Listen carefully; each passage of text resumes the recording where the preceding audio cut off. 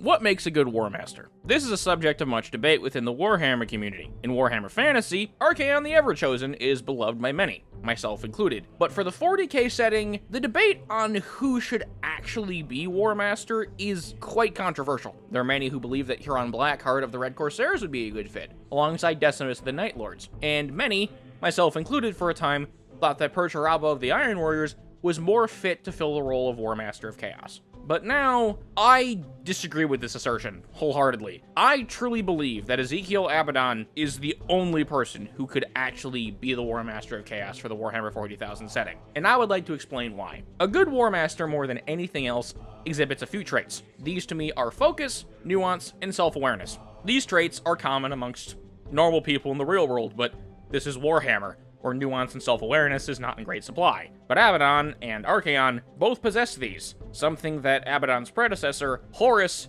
severely lacked. Horus, for all intents and purposes, was considered a failure, not just by the other legions, but by the Chaos Gods themselves. During his tenure as Warmaster of Chaos, and even during his tenure when he was still Warmaster for the Loyalists, he lost himself, far before the injury that Leman Russ gave him pushed him over the edge. He would lament his purpose in private, or was resentful towards the Emperor for even having this position, and overall, just didn't have his heart in it. He was incredibly insecure and jealous, and was more trying to secure the position so that way no one else had it instead of him, because he felt that it was his responsibility without actually even wanting the responsibility. He would also go on to say that he thought that the Lion, Guilliman, or Sanguinius would have been better Warmasters than him, and combined with the fact that he was more focused on personal ambition than a higher purpose, trying to wrangle the Chaos Gods to his control rather than realizing that that was never going to be an option, Horus was a failure.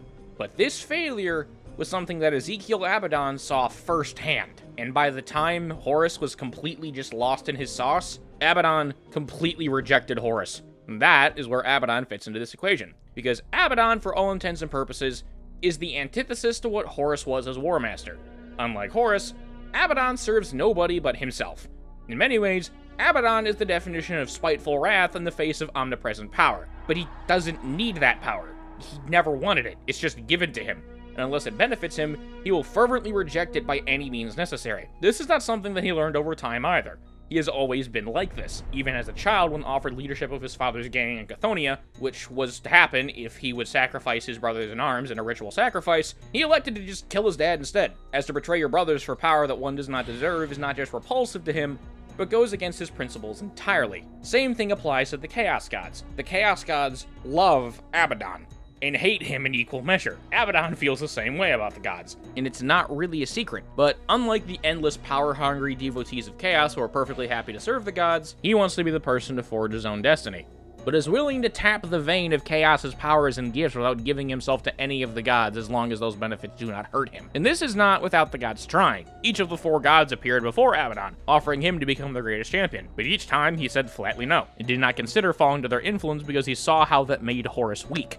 He saw how that made Horus fail, and to be a pawn in a war that he started is not only idiotic, but the ultimate failure in the eyes of himself and the Black Legion around him. Even Abaddon resents the other traitor Primarchs, seeing them as the same type of idiots who would have rather given up their humanity for the smallest shred of power than actually do something productive. The only way to truly fight alongside Chaos is to not fight for Chaos, but with it, using it as the tool that he and the Black Legion have done for 10,000 years. He is going to fight the Long War on his terms. He would gladly give it all up if he ever fell under the influence of the Chaos powers for one single second. And this is why Abaddon is the perfect Warmaster. Not just because he saw Horus fall or rejecting Chaos, but because Abaddon was never the type of person who wanted to be Warmaster. And the moment where Ezekiel Abaddon died was during the Siege of Terra at the Saturnine Gate. The Siege of Terra is an event that would take so long to fully break down that if I did it, I'd be here a week. But the Battle of the Saturnine Gate is incredibly important to Abaddon's character, and it is one that must be fully broken down to understand why he is the way he is. The siege was going bad for the Loyalists,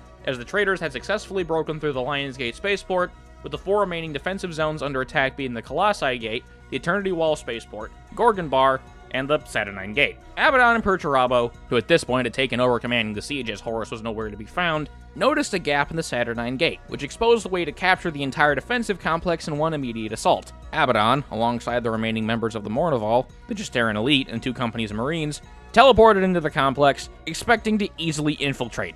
This was not the case. Rogaldorn, who was the main individual responsible for setting up and coordinating the defensive terror during the siege, knew of the gap and knew Perturabo would see it too, so he deployed several kill teams of Marines throughout the gap, including teams led by Garvio Loken and Nathaniel Garrow, to ambush them and push the traitors back. Even worse is that due to the intervention of Arkan Land, the breach was sealed with some sort of weird goo concrete stuff that completely took out 2 companies of Marines because he decided to dump it on them. Nice. But after this point, it was a bloodbath.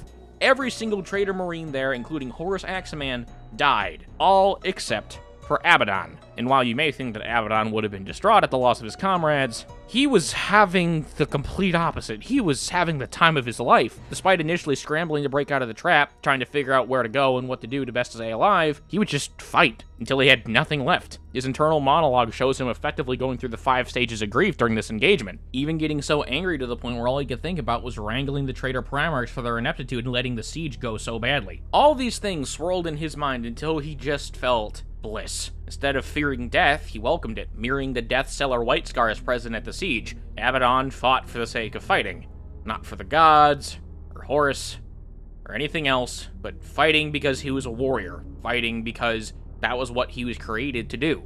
That is his purpose, his birthright. That was his destiny, and in that moment, where he saw his brothers in arms die under his command, the bolter fire and crack grenades going off and staring into the face of death, Abaddon fully understood his purpose, and fully realigned himself with his ideals. But before he could die the warrior's death he deserved, he was teleported away. He was no longer in the heat of battle, but on a battleship. And in this moment, ripped away from the warrior's grace he had reclaimed for the first time since the Great Crusade, he knelt and wept. He wept because he realized his destiny would not become real if he stayed with the other traitors, or with Horus. And he accepted that to bring about his own destiny, he would have to be on his own, and that anyone that said otherwise is a useless fool. This moment is the true birth of Abaddon the Despoiler. Ezekiel Abaddon died at the Saturnine Gate, and the Despoiler was the one who came out. Rebirthed under fire, he fully settled on the belief that the Adeptus Astartes were created for war, and that all was taken away by the war that Horus was fighting.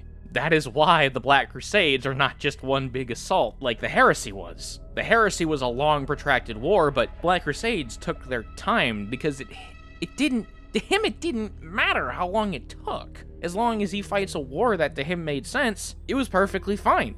Abaddon did not fail 12 times and succeed the 13th. He succeeded 12 times and dealt the killing blow at the 13th.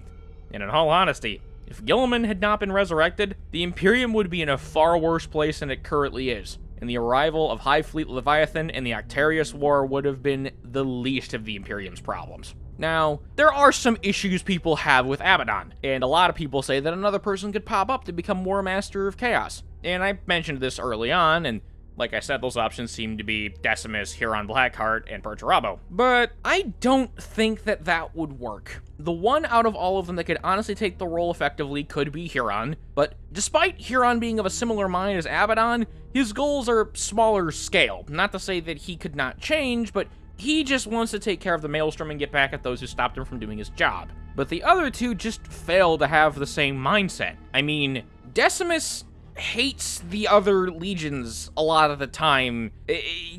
Night Lords don't like other legions, and the other legions don't like the Night Lords. And while Decimus may be getting a lot of play with all the other Night Lords warbands, do you really think the Death Guard, or God forbid the World Eaters, are gonna bend the knee to the legion of cowards and murderers? And Perturabo is so ungodly difficult to deal with that it wouldn't even work. I mean, sure, he'd probably get a decent amount of play from, say, the Black Legion or maybe the Red Corsairs, but the Emperor's children aren't gonna fall in line with him. I mean, sure, he beat the shit out of Fulgrim, but is that really gonna change anything? It's gonna be a fragile alliance at best, and even more fragile than it already is. Abaddon is the only one who could truly be Warmaster of Chaos. He has the ability to talk, he's respected by at least the other legionaries enough for them to listen to him, or are scared of him, and is the chosen Chaos Undivided Champion, allowing every fanatic or warrior to at least respect him on both faith and warrior terms. Abaddon truly is the perfect option, and nobody else could ever truly embody the role that he's adopted because of that. The death of the clone of Horus at the hand of Abaddon was not just revenge, or anger, but a statement of intent for himself, for those he would lead, to let the galaxy burn, even if he burns along with it. If you'd like to learn more about Abaddon, then I have a few things I would recommend checking out. The first is the first 3 Horus Heresy books, Horus Rising, False Gods, and Galaxy in Flames. These show Abaddon before he was the Despoiler, and it really gives you an idea for who he was before he became what he is now. The Siege of Terra series is also really great too, and I believe the best books there would be the Solar War, the First Wall, and Saturnine. If you want to read the End of the Death Part 3, Part 1, 2, and 3, I should say rather, you can, but there's a lot of jumping around there, so while there are some good Abaddon moments, he's not really having a significant presence like he is in those 3 books. The 2 Black Legion books are fantastic. They give so much characterization about the Black Legion and Abaddon's character. Fall of Cadia, the book again, and also the Black Legion 6th edition supplement if you want to look at that as well. All of these would be really, really good, so if you want to learn more about them, go check those out. Thank you all very much for watching. If you want to support the channel, please consider becoming a member, and thank you very much to the channel members. I really do appreciate your support. Thank you all very much for watching, and have a great night.